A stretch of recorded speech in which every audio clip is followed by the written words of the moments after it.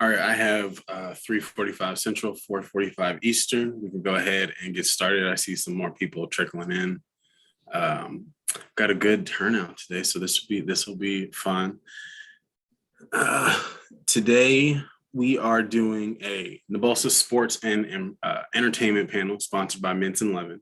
Mintz and Levin is a full-service AM law firm, AM 100 law firm, focused on a range of practice areas, including litigation, transactional, regulatory, and advisory and intellectual property matters. In particular, Mintz has a dynamic sports and entertainment practice representing athletes and entertainers handling matters related to intercollegiate athletes, sports-related businesses, stadiums and arenas, and sports leagues, teams, associations, and conferences. I also want to point out that Mintz Levin is one of our sponsors, so they are a part of the reason why we are here and are able to do this in the first place. So I want to give them a congratulations on that.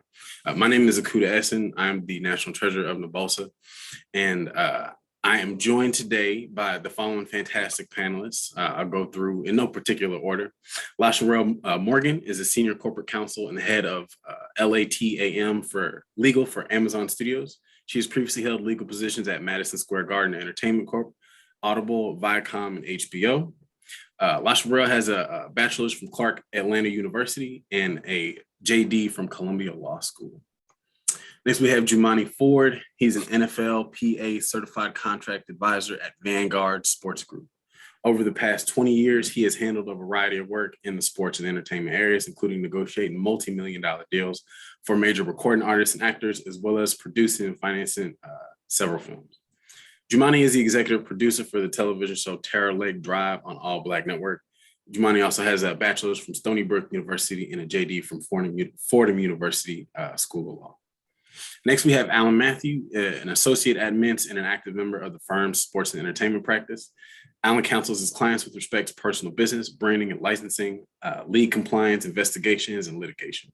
He has a bachelor's from Bowdoin College. I should ask how to pronounce it. I'm sorry if I butchered it, oh man. And a Juris Doctor from Boston College Law School. And finally, we have Nikki Rivers, a senior associate at Mintz and a member of the firm's employment practice. Nikki counsels clients on employment best practices and defends employers of all sizes in high stakes employment litigation and labor matters.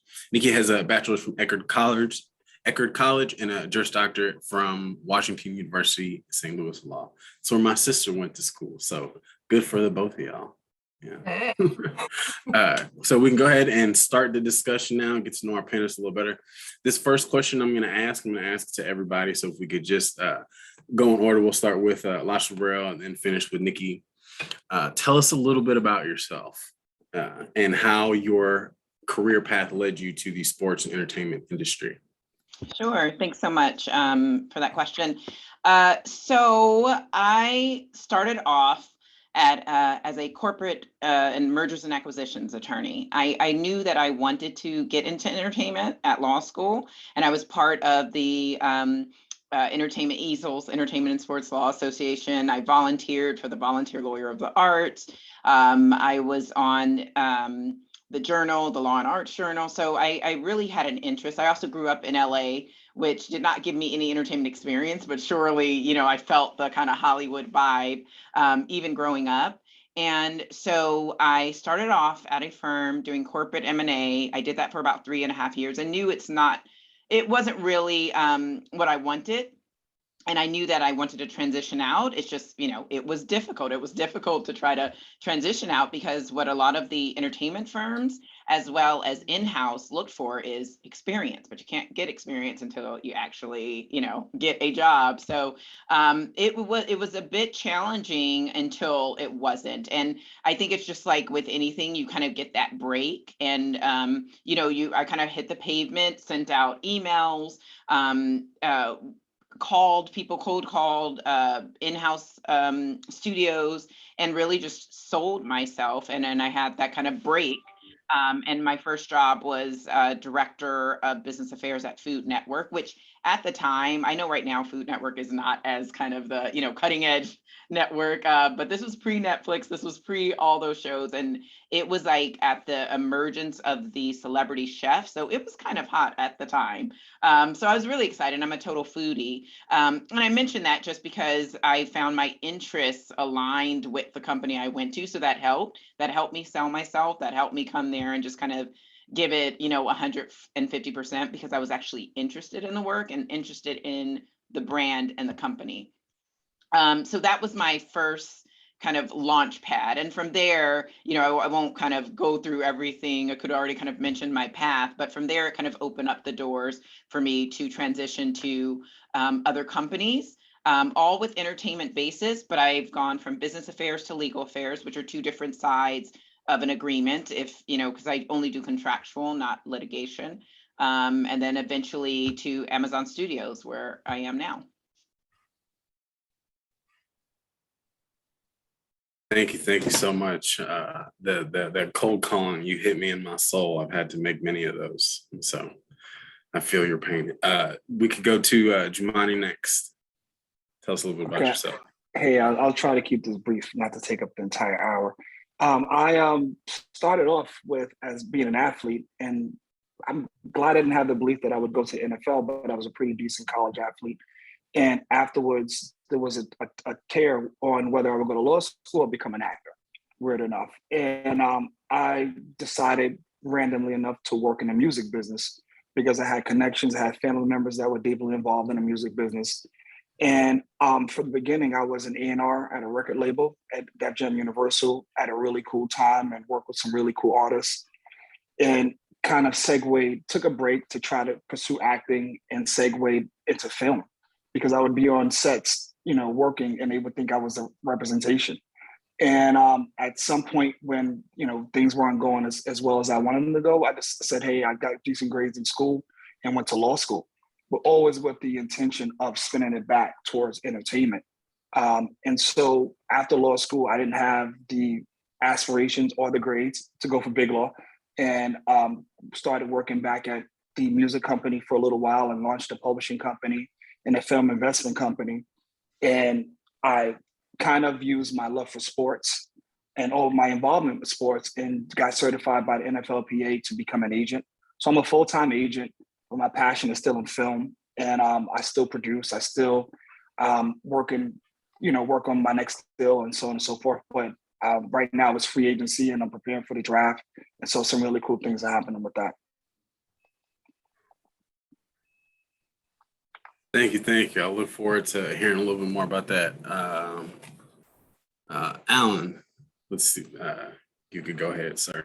Absolutely. So I grew up in New York, and was a big sports fan pretty much my entire life, and didn't necessarily know that I wanted to incorporate or that I planned to incorporate sports entertainment into what I do, but always kind of kept that in the back of my mind, that if I could find an opportunity to leverage my interest and knowledge of sports and entertainment and kind of find a way to get that into what I do professionally. So went to college at Bowdoin, it's pronounced Bowdoin, up in Maine, and stayed there for a couple of years working there, doing fundraising, believe it or not, but knowing full well that I had planned to go to law school. Moved to Boston in 2014, went to Boston College Law School, had a great time there, summered at Mintz, where I am right now, in 2016. And, I got to Mintz at kind of a critical time because, we had already had sports clients forever, but it was, around that time that Mintz first decided to kind of brand a sports and entertainment practice instead of just kind of working with sports clients and just calling it, general litigation or general corporate, et cetera. So I got in at a good time and essentially just raised my hand as a summer associate and said, this is something I'm really interested in. Connected very quickly with one of the co-chairs of our sports and entertainment practice, had a few coffees and lunches with him. And then that became shadowing him on a couple different things, getting a little bit of exposure, doing a little bit of sports work while I was a summer associate. Reconnecting with him when I got back here as a junior associate, connecting with the two other co-chairs of the sports group. And really it was just about in terms of kind of launching the sports and entertainment portion of my career, it was really just being persistent. And when I say persistent, it in some instances was borderline harassing these partners at the firm, and just trying to get any exposure, trying to get onto any kind of case, any kind of transaction. And the persistence eventually paid off. After close to a year of doing that, there was one matter that came in urgently, and the partner, one of the co-chairs, really needed somebody quickly. So I made myself available, and it was actually so urgent. This was pre-COVID. It was so urgent that I didn't even have enough time to come into the office. I just started working right then and there from my desk at home.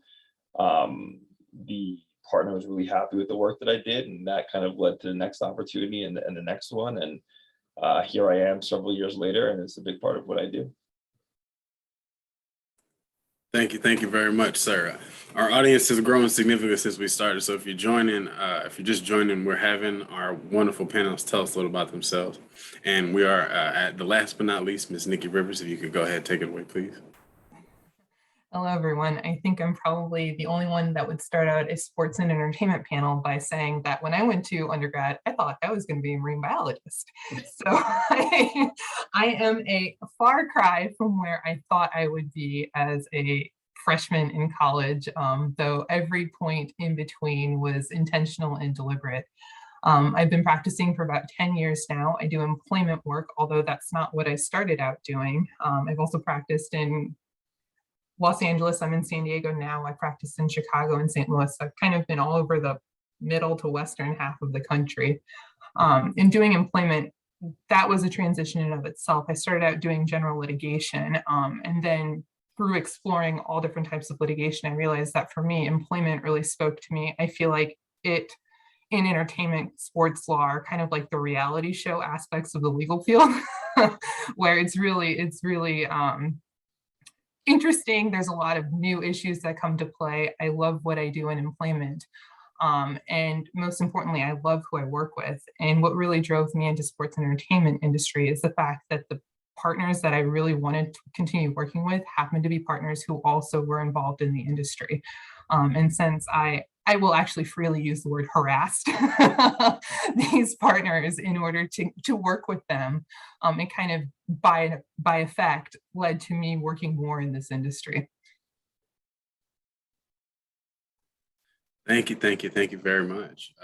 So one of the things that I heard was a lot about persistence, a lot about harassment in a good way. As difficult as that might be to grasp, I think harassment can be good too. So this next question, you might not have known that that's kind of what practicing law entailed, is harassing your partners. If you in law school knew everything you know now, such as I gotta harass my partners to get where I gotta get, what would you do differently, if anything? And I want to kick this question to Lasha Burrell and Jumani. Sure, I'll start. And you know what, we'll change the term from harassment to persistence. And I think it's just a positive spin, but also it's not just the one thing of reaching out to someone consistently. It is persistent in not just your outreach and your network, but persistence in, getting the grades that you need to get to stand out, persistence in learning about the entertainment world and making those connections outside of your day-to-day class. So going to actually answer your question, I would say the one thing that I wish I thought about or knew more about in law school was actually the different avenues of law, the different types of law. I could honestly say I am an entertainment lawyer and I work on production deals, development and production. I didn't even know that was a thing until probably like 5 years after graduating from law school. So I think it's great for the attendees of this panel, to start to familiarize yourself with the different types of law. I would have liked to kind of had a broader understanding of the different types of lawyers, the different type of practice groups. So as we see from this panel, the panelists here, it's not just one type of entertainment law, and you could be, handling real estate, but working on entertainment law. You could be employment law, but focusing on entertainment. So that's the thing is I would just kind of take the time to educate yourselves, and attending a panel like this is great, but there's so many more resources out there now. So I would focus on that. So I'll jump in. I was a non-traditional law student. I started law school at 32, and I had a career beforehand, so I didn't come in as green as some others. And so I don't think there's really much I would have done differently, because I kind of had a clue. But to kind of, what I would give advice to is to diversify your legal education and make sure, and it's kind of what LaSharella said, like just learn everything, because you are what they pay you to do, right? And you may have aspirations of being an entertainment lawyer, but if you have to practice litigation, if you have to practice employment law or real estate law, then that's what you have to do. But be aggressive in finding mentors, do internships, ask questions, cold email. I see every email, I see every DM, I see every LinkedIn message. And the reason why I'm at where I'm at now, the reason why I'm at Vanguard is because I sent a cold email. And so just really take that professional approach and be confident and understand that even if people don't respond to you, they see your messages. Can I just add one thing to that? And it's really kind of piggybacking off of the points that both LaSharella and Jamani made,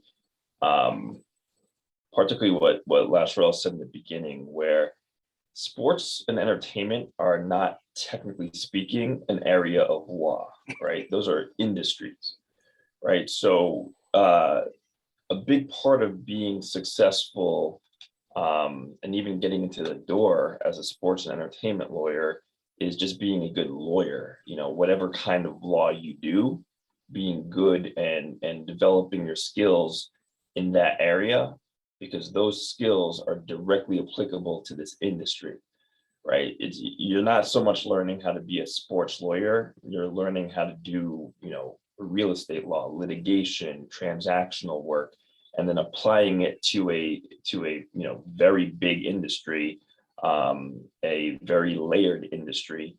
So it's kind of, my biggest piece of advice is become as good a lawyer as you can, and then develop as much industry expertise as you can, and combine those things to become, a strong, successful sports and entertainment attorney.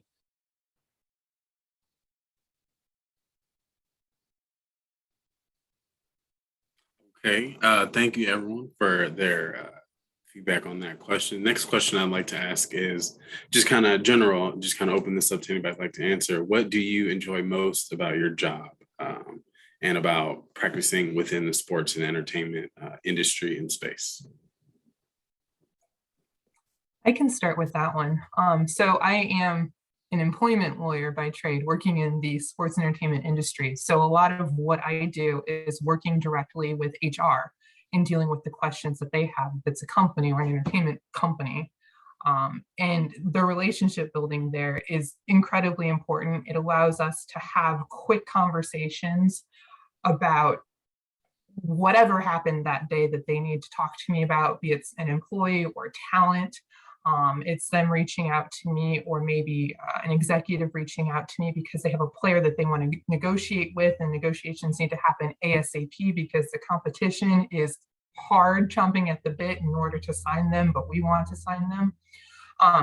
I also, because of what I do, I have to have a really intense understanding of what the business does. It's hard to advise a client when you don't really understand how the pieces operate.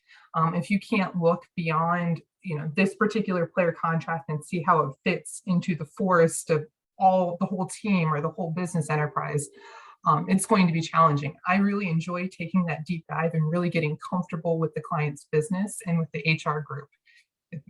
That to me is the best part of what I do. Yeah, I would echo that. And while I'm not an employment lawyer, I'm a litigator. Nikki and I have gotten to work together, on one in particular, one client where there was a significant employment component, but there's also, some other general sports related things where, Nikki and I both got to work for that client. And I think one of the most rewarding things for me is, I'm someone who has ESPN on, on my TV almost all day, right? So we'll be working on something and then, seeing the fruits of our labor right there on TV is pretty cool. In many instances, knowing what's happening before the stuff actually does become public. In many instances, making sure that something doesn't become public. And, that's more on the litigation side for me. A lot of what I do, I end up not talking about because the goal is for it not to be talked about, right? So I handle, a lot of pre-litigation disputes involving, athletes or teams or things of that nature, where, a lot of these become quote unquote emergencies because they're, a last minute thing that comes up. And our main objective is we do not want this becoming part of the, sports news cycle.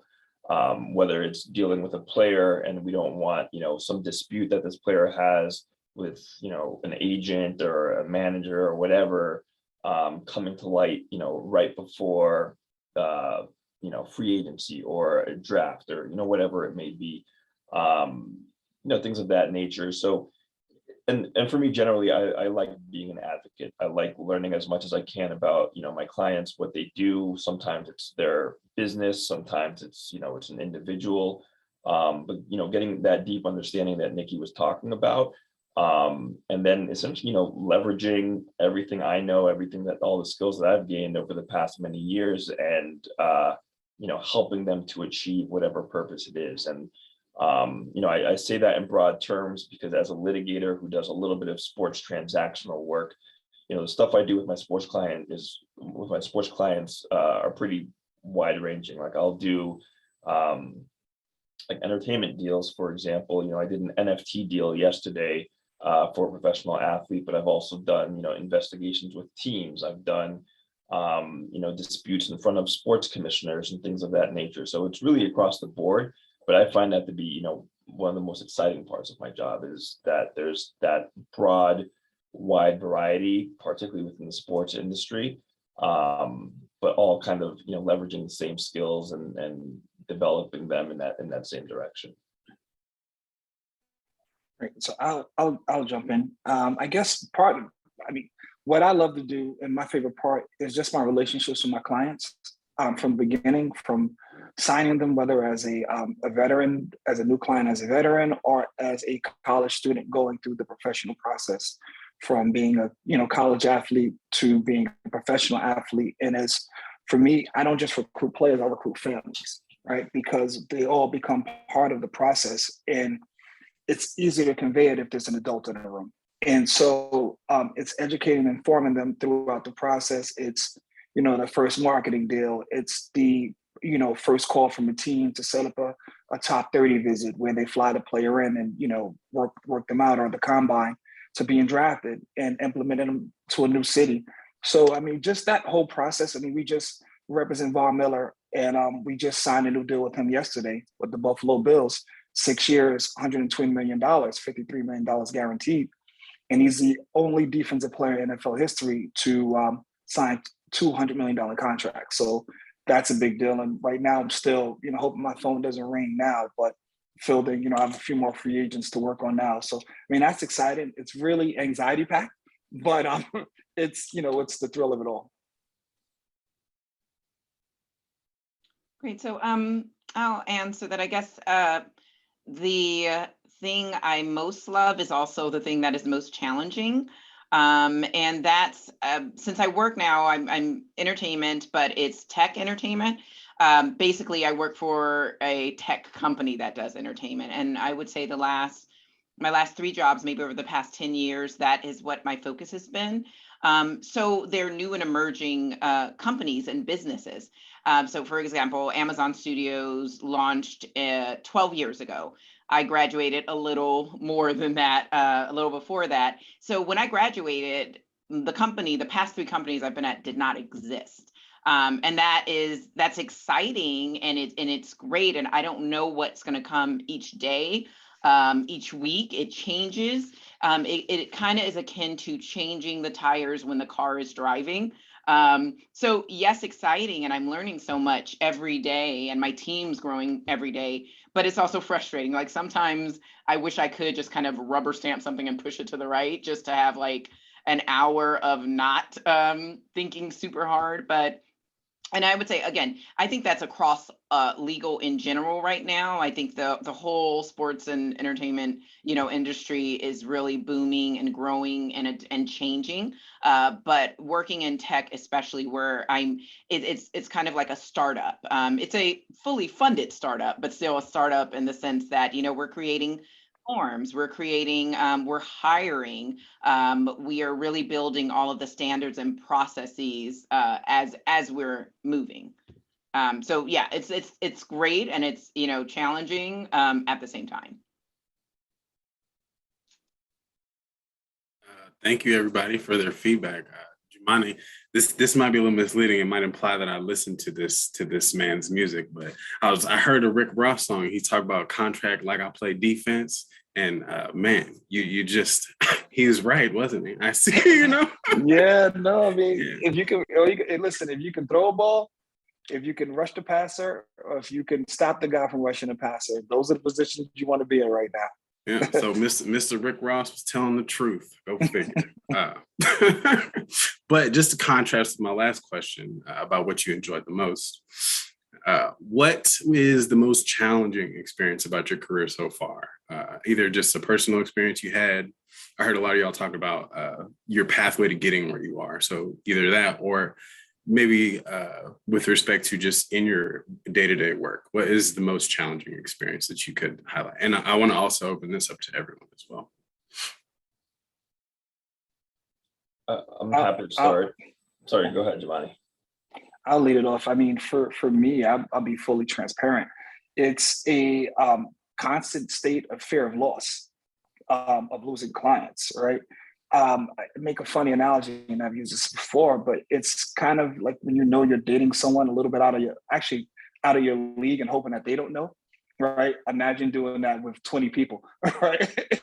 And that's basically what it is. It's trying to maintain those relationships and always deliver, right? I tell everyone that I speak to that they should practice conditional loyalty. Loyalty as long as I'm doing the job that they hired me to do. And the day that I don't do it, then you should fire me. But sometimes, there's once a player, and Alan can tell you this, once a player gets in the locker room, it's different because the guy sitting next to them may say, hey, or your agent didn't do this for you, or I can get you this, or my agent said I can give you a marketing advance for a center or a left tackle where there's really not much marketing in there, but it's just a way to sign a guy to get them to their next deal. And so that's the hard part of managing expectations. But the most important thing is setting expectations. This last year, what I'm sure most of there's a thing called NIL, name, image, and likeness, that passed, and it allowed college students to gain money from the name, image, and their likeness. And each state is a different law, and each, there's different markets. And what that led players to believe is that now I'm going to get paid, which is not true, right? It's the rich get rich, and and it kind of stays that way. Where you look at the NFL, 97% of marketing and advertising goes to the top 3% of the players. And then the other 3% of that advertising and marketing is fought by the other 97%. So it's kind of balancing expectations with that and taking on some of those clients and doing the marketing for that. So I can go on and on, but it's a lot. Yeah, I would echo that in terms of the client relationship. That's always a big piece in terms of getting the clients and keeping the clients. That's always a challenge. I would say a couple other things. One, which Jumani also just alluded to, is keeping up to date with how the industry is changing. I think that's kind of been the theme of what all of us have said is that this is constantly changing. Like a year ago, I had no idea what an NFT was, and I don't think many of us did. Yesterday I was working on an NFT deal for a professional athlete, right? So it's about being, you want to constantly, like the industry's constantly changing, or the industries are constantly changing. So you want to be aware of what those changes are, and how those impact the law, how those impact the business, et cetera. So that's definitely a big piece of it. And then speaking more broadly, but I think of particular importance to the sports and entertainment side, one of the most challenging things I have found about being an attorney, particularly a big law attorney, is the lack of diversity in this industry, which is why it really, really is reassuring to see that there's 99, now 100 people on this call, because, that to me is a good sign of where we're going. I want to see more diversity in the legal profession as a whole. I want to see it more in big law, but certainly amongst people who are practicing sports and entertainment law, because newsflash, some of the most powerful, most successful, and just broadly speaking in terms of the numbers, there are so many Black and brown professional athletes, actors and actresses, musicians, etc. And we need to see more representation amongst their representation. So it's something that has been hugely frustrating for me over the past several years, but again, I'm optimistic about where we're going.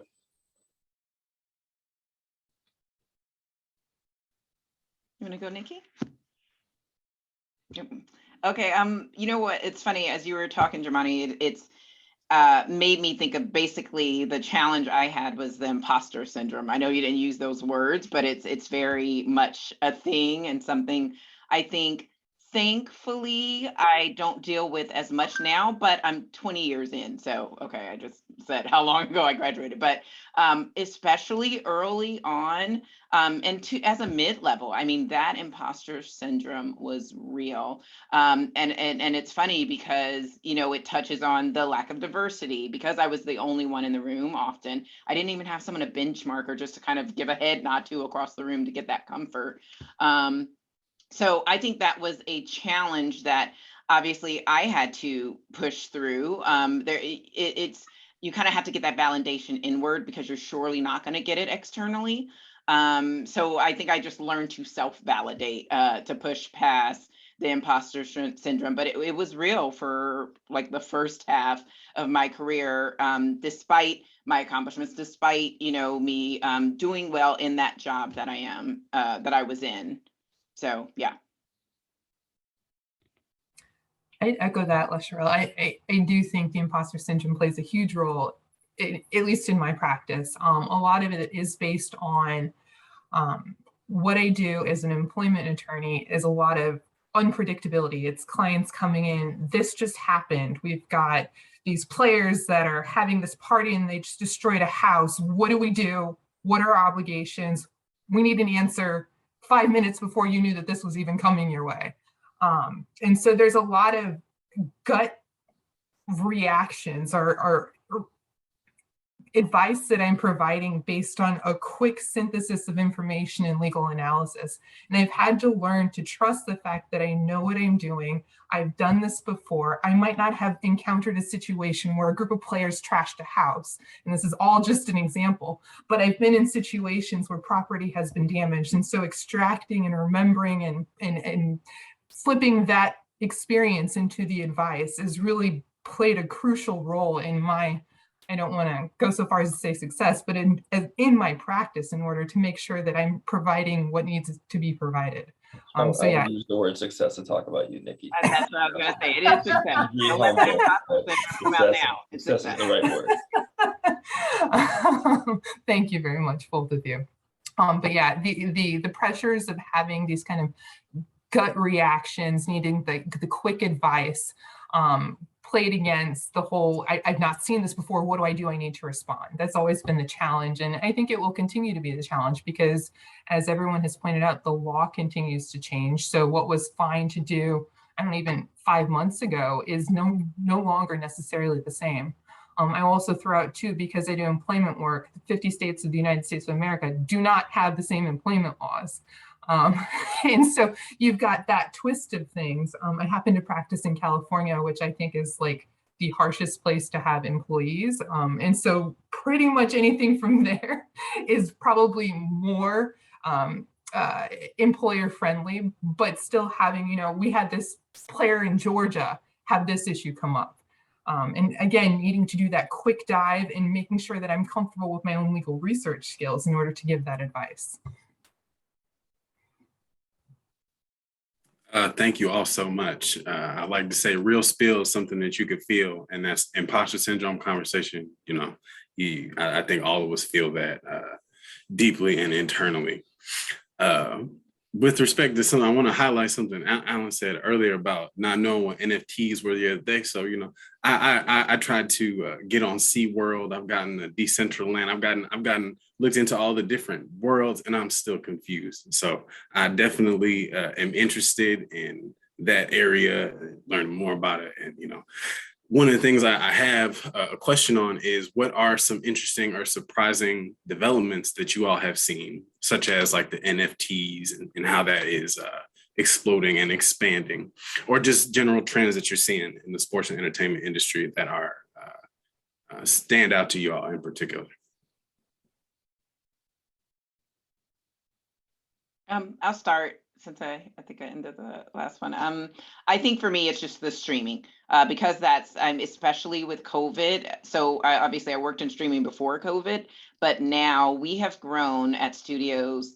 50% of our workforce was hired during COVID, which is crazy when you think about that. So this is all remote, you know, new hires, and it's all because of the explosion of the streaming world. So I think from and I don't know, our sports guys will talk about if it affects them, that kind of blow up over the past 2 years or streaming as well, but surely on the entertainment side, the streaming has created whole new avenues of content and audiences and work and opportunities. I'll say absolutely for streaming with me with my my night job as a TV producer and film. So just so many, you know, All Black didn't exist 2 years ago.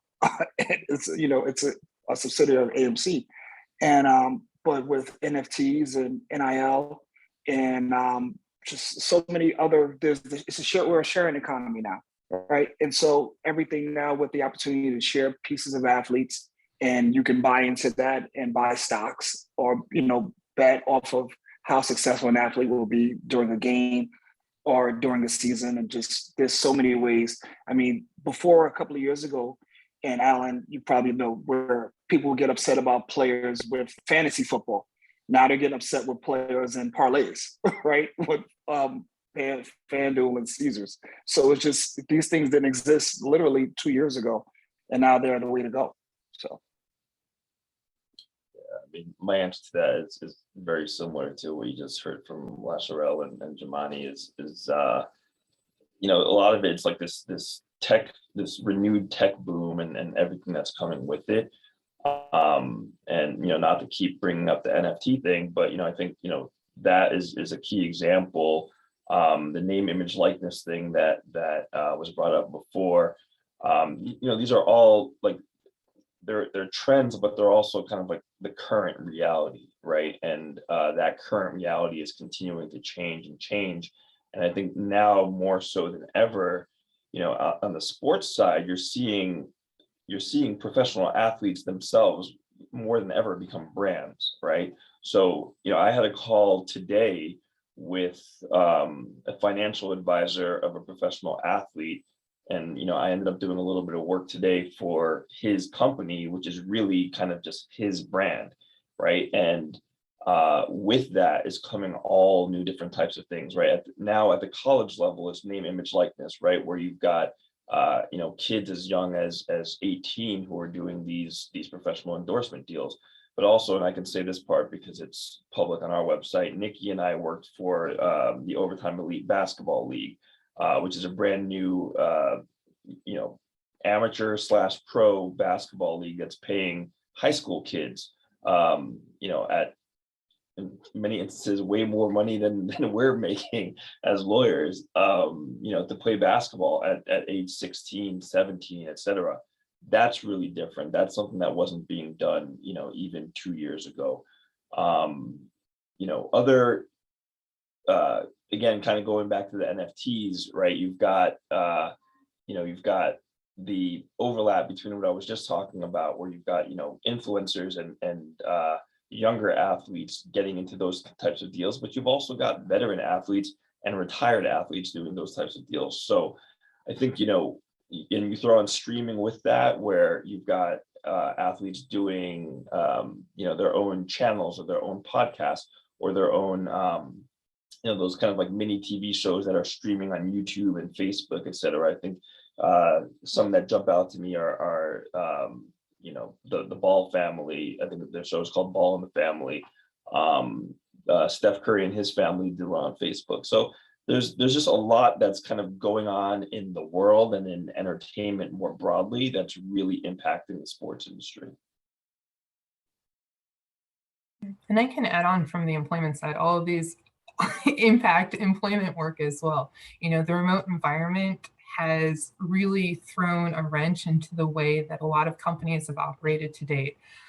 Entertainment, sports, I don't care what industry, it's really changed things, and employees are now demanding remote, or at least, if not full-time, the option to work remotely, and how companies can continue to function at a high level, given the fact that their workforce is, as Lashrell mentioned, may not have even ever met in person. I know it sounds so commonplace nowadays, but this is very new to the employment world. And I think everybody's trying to adapt to what this is and how long it will stay. I can't predict, I don't know the answers to those questions, but it is a challenge for everyone these days. On a more mundane level, I think the intersection between employment law and sports entertainment industry continues to be classification of individuals, whether or not they're independent contractors or employees. It seems like such an easy answer, but I can tell you in California, it's one thing. In other states, it's a different thing. These days, there's a lot of money to be made in challenging the type of classification that the individual has. And we're seeing a renewed interest in restrictive covenants. Those are limitations on the ability of the individual. Sorry, there is a helicopter coming overhead. Apologies for that.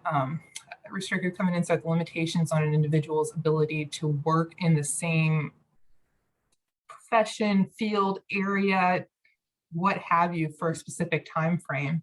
And given that a lot of talent now is branching out beyond just their field play into all of these different ancillary marketing or other opportunities, it's kind of hard to define now what can or cannot be restricted. And I think we'll continue to see pushback, at least on the state level, and especially in California, as to what is okay or acceptable to limit post-employment, post-engagement. I don't know what term you want to use. It kind of boils down to the same though.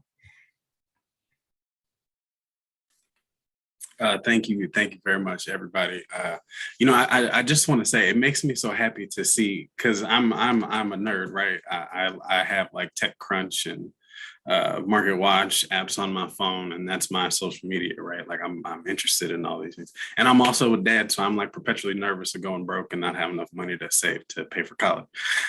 So it's nice to see you guys, Black people, on the forefront, because I look at all these things that are changing, the way things are developing, like Bitcoin and just NFTs, like he was saying, just streaming, and it's one of those things where it's either you get on board, or you get left behind. So it's very nice to see Black people on board and competing. So I just want to point that out. And so I'm enjoying this. I say all that to say I'm enjoying this, and I'm seeing that everyone else is enjoying this too. We have a good amount of questions and comments. We're getting close to the time, so I want to give everybody a chance. I'll read some of the questions in the chat first. Well, I'll go over some comments. Just thank you for touching on the imposter syndrome topic. I had another one. Thank you so much for addressing imposter syndrome. It's nice to know we're not alone. And just for some of the questions, I'll go ahead and start at the top. The first one is, what experiences, organizations, et cetera, would you recommend to consider to participate outside of like the legal field? And I'll open this up to anybody. Wow. I guess for sports, it's tough. It's really tough to break into sports, and I'm probably one of the rare people who will have conversations or will extend myself. Where I've taken on an intern who's been an intern with me for the last 2 semesters, and I'll be transparent. He's probably someone I'm going to hire. And he said that I was the only agent that responded to him, and he's amazing. And I know, coming from where I come from, like being first generation, everything, literally everything, I owe it to someone to answer a call or answer an email or a text. Please don't call me. If you call me, then it's kind of an invasion of privacy. Don't cold call me. If you send me a DM, if you send me a message, an email, I will respond.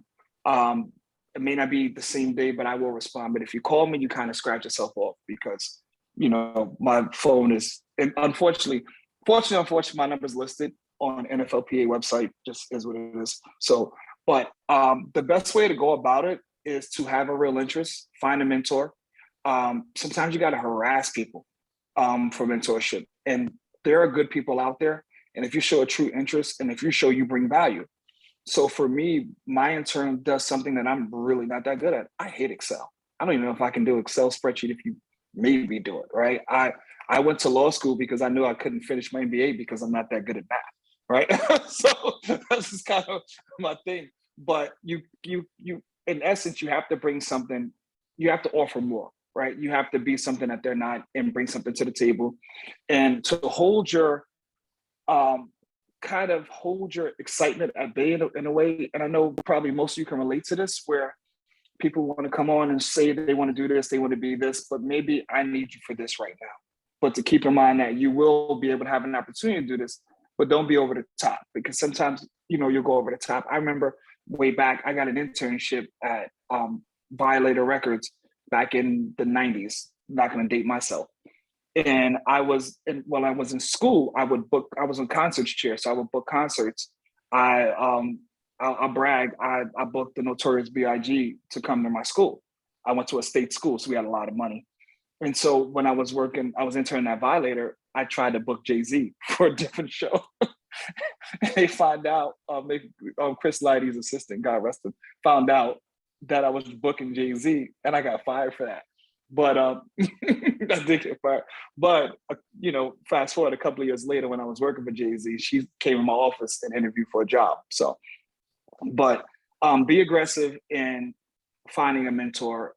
Do your education on getting industry information. Read the trades. There are trades out there.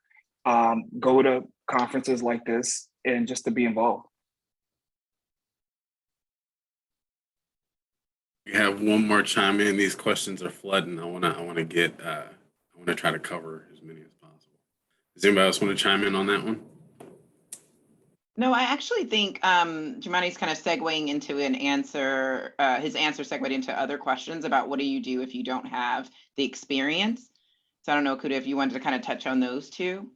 Yes, absolutely. So another one was, what advice do you have for someone who's interested in practicing sports entertainment, but has no history in those areas? So like never played a sport, no connections, no classes like IP or copyright or anything like that. What would you say to that person? I could start answering that too. And also for the person who says that their school doesn't have experience covering that as well. I think, you know, I mentioned when I did my intro that I did participate in like Volunteer of the Arts, which was an outside organization outside of my school. And even though I was on ESOL's Entertainment Sports League, I could say that my entertainment experience was not derived from any of my law school activities, frankly. And I like to believe having it on my resume kind of helped, but it probably didn't. I mean, honestly, it is more what I think all the panelists have been talking about, and it's just finding stuff outside of just your base, so outside of the school. So for instance, Volunteer Lawyer of the Arts is an organization based in New York, and you know, so everywhere there is some type, and no matter where you are, small town, there is some type of organization where you could volunteer your legal law student services in supporting artists or creators. Also, the one of the few great things about this new world we're in is that it's virtual, right? So you no longer are limited to what's in the 30-mile circumference from where you live. So I would say it's going back to what we talked about is just that kind of hustle and you know, focus on trying to find those opportunities that may not be just right in front of you. And finding things, you know, that may be a bit more obscure, you know, not hitting you in the face. I would add on to that. This seems maybe silly or very basic, but don't be afraid to ask the stupid questions. There are, I mean, there are torts books for days. They're not industry books for days on this. There are trade books, but they kind of assume that you know the basics, but you have to find out the basics. That's a great point. That's not, I think that's really good. Like those books, that's right, Nikki. And so just don't be afraid to ask the questions. Everybody was there at one point or another, whether or not they'll admit it, different story, but everybody had the same questions way back when. And so don't be shy about making sure that you're comfortable with what's actually going on in the industry. And that applies not just for this industry, but wherever you may end up. Just don't be afraid to ask the silly questions or what you think are silly questions, because the reality is they're not silly questions. Touching on both of those points, it's really, and this is more broadly applicable to whatever it is that you choose to do, but being very intentional about the way you network, right? And I always tell folks, like, networking itself is not that difficult. It's something that tends to stress some people out, but I think if one, you recognize that we all already have networks, right? And it's really about kind of being strategic on how to leverage them. But even if you find that your network doesn't have quite the overlap, with the sector that you're trying to go into, in this particular instance, sports and entertainment, sending the email, sending the LinkedIn request, things of that nature. Yes, there are plenty of people from whom you'll never hear back anything, and that's fine, right? That's just kind of part of the game. But really being intentional about meeting people, but doing it in a thoughtful and meaningful way, right? Because I can tell you, and I'm sure the experience is the same for everybody else in this panel. I get 1 million LinkedIn requests per day. I get 1 million emails per day, right? And I do try to stay on top of it, but I also am a full-time attorney, right? So I have other things that I've got competing, deadlines and competing interests during my day. However, I can tell when someone is trying to connect with me, kind of to check a box, versus when someone's actually trying to connect with me, learn about what I do, and try to kind of really break into the industry, whether it's sports and entertainment specifically, or just legal more broadly. So being intentional about that. But once you do get your foot in the door, it's really also about maintaining those relationships. And I think that's where a lot of people kind of don't take that second step. Is the relationships are one of the most important parts of this job and this industry. But once you start working in it, a big part of why I've been successful as a sports and entertainment attorney is that I make myself available to the sports and entertainment partners at this firm in a way that, and I'm a hardworking person. I do try to make myself generally available for anything I'm working on, but in particular with those folks. And a couple quick examples. One is that very first case I told you about, where the thing was so urgent that I didn't have enough time to go into the office. The partner emailed me at 7:26 in the morning. I responded to him at 7:28. I was, on the phone with him by 7:30 and getting started on this case, right? That same partner, I was on vacation in California, 3-hour time difference. He tells me he needs something done for, it's an endorsement deal for an NFL player. He's on vacation with his son in Florida. I'm on vacation with my family out in California. And he says, I don't have a computer. I said, yeah, well, I do. But I'm out. I'm not at my family's house in California right now. I can get it done. It'll just have to get done tonight. He said, yeah, that's fine. I end up finishing it at midnight California time, 3 a.m. East Coast time. I might have flipped those backwards, but you know what I mean. And it got done, and that's the kind of thing that that's what develops those relationships. That's what maintains the relationships is when they know that they can count on you and that you'll get the job done when they need it. That's more important in many ways than most other things. I'm gonna chime back in really quick, and I'm gonna say something. And hopefully, I don't think it applies to everyone because we have attorneys and future attorneys on this. But we have, as Black people, we have to understand that our position and our numbers, and we can't allow our culture to get in the way of our progress. And I mean, culture is the social media. Be careful what you post. Hold on your phone in your hand. I was out and I brought a new employee and an intern out, and I flew them in to Florida when we had our guys training. And one of the young men, the black young man, had his phone in his face while he was sitting with an NFL coach and an NFL executive, right? And so we have to understand that our culture, and this may be our culture, where we, get on TikTok, IG, and we're scrolling all day, right? Well, put your phones away. Put your phones away, because that simple thing will eliminate you from an opportunity. And hopefully, I'm sure it doesn't apply to 99.9% of us on this, and all us viewing, but I have to say it.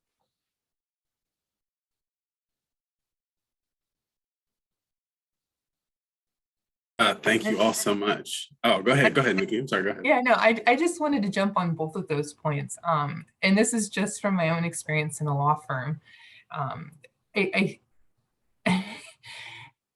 There is certainly a respect for personal time, and there's no question about that. But the maturity is being able to understand when something needs to be done right away and being able to acknowledge that and adapt. No, we don't want to work on vacation. No, we don't plan to work on vacation. No one does. That's why it's called a vacation and not remote working. But the reality is that our jobs are unpredictable. I think that's one of the things that I touched on early on. You can't predict everything. I had a young associate who did not bring her laptop on vacation, missed out on a huge opportunity because I don't know if she wasn't thinking, she thought it was inappropriate, but don't be that person, please. You will miss out on opportunities. I bring my laptop every time I go on vacation. Do I love the fact that I bring it? No, but I've got it there because I will not miss out on something because I have to tell a partner or my client or a potential client, sorry, I can't work on this because I'm in some fantastic place without my laptop. That's just not a conversation I want to start. It's never a conversation that I want to have. So just, word of advice on both of those points. Akuda, do you mind too? I know we're getting short on time. If I pull one of the questions that I think it's really important. No, not at all. Please feel free. So do you still have mentors and or career coaches? How do you creatively maintain these relationships? I think there is kind of a idea that the more senior you get or the more success you have, that you don't need those mentors. I think the opposite is true. I think, even top athletes have coaches, right?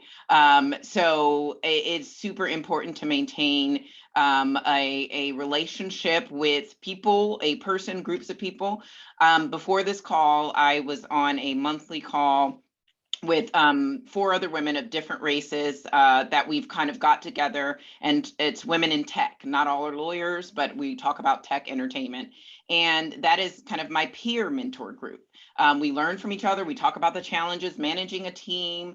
I also have another friend who is at my level, and she is my peer mentor. So I find I wasn't fortunate enough to have a true kind of senior mentor throughout my career, but I had a ton of peer mentors. Career coaches, I firmly believe in. I've already finished, but I've worked with an executive coach at a senior level, like recently, because I wanted to improve my skill set. I would have liked to have done that earlier, but it just wasn't something I thought of until later. So I think it's very important to recognize that coaches and mentors, and again, I started off this conversation with peer mentors. You learn from your peers just the same in different industries or the same industry. So don't discount or don't be, upset if you don't necessarily have that senior mentor. Create your own networks and your own mentorship groups. And it's very important to maintain them. I say how you creatively maintain it. I think it's just like any relationship. You have to put in the work and the effort. So I will do standing monthly meetings with people I want to make sure I'm connected with and I'm learning from, or we have that relationship. And I think that's the easiest way. Like, let's just put this on the calendar once a month. Once a month, every 2 weeks. And, so you have it and you're kind of accountable to keep that relationship going. Yeah, I would echo that completely. I don't even really have much to add to that, except that, it's critically important to have mentors.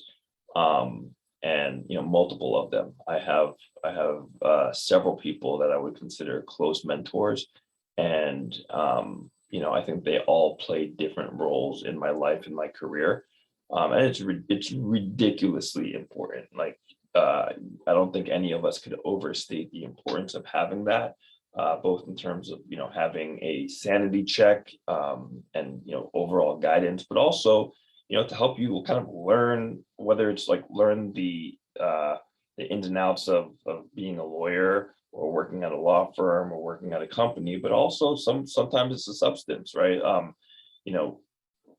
Some of my closest mentors are the people who do sports entertainment here, and I learn a lot just by watching them do what they do and getting their feedback when I'm working on their cases.